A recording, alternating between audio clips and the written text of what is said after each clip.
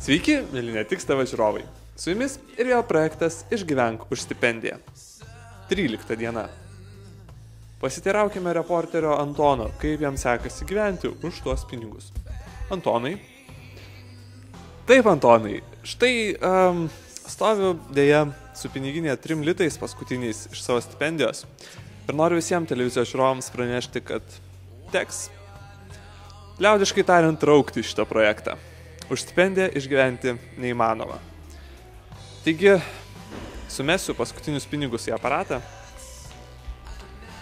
ir nusipirksiu bent šventiškai šiek tiek maisto, tai yra šokolado, nes teko valgyti visokių dalykų.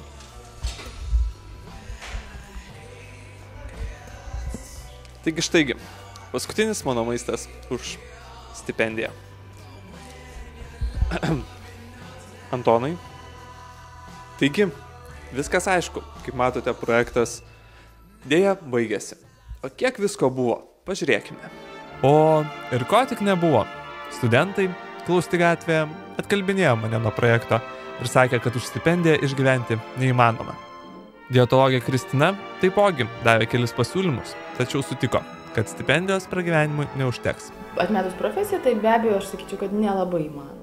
Aišku, atsirado 3 jaunuoliai, kurie man bandė įrodyti, kad pavalgyti juk įmanoma, tačiau nelabai daug ir ne visai skaniai. Taigi, 160 litų išseko per nepilnas 13 dienų. Už stipendiją išgyventi neįmanoma. Nenusiminkite, už stipendiją išgyventi neįmanoma, tai sakė mums visi. Mes tai ir įrodėme. Tačiau jau netrukus Netiks televizijoje www.netiks.lt jūs rasite naują reportažų ciklą apie tai, kaip valdyti savo finansus ir kaip išgyventi šiais nelengvais laikais. Iki susitikimo. Ate.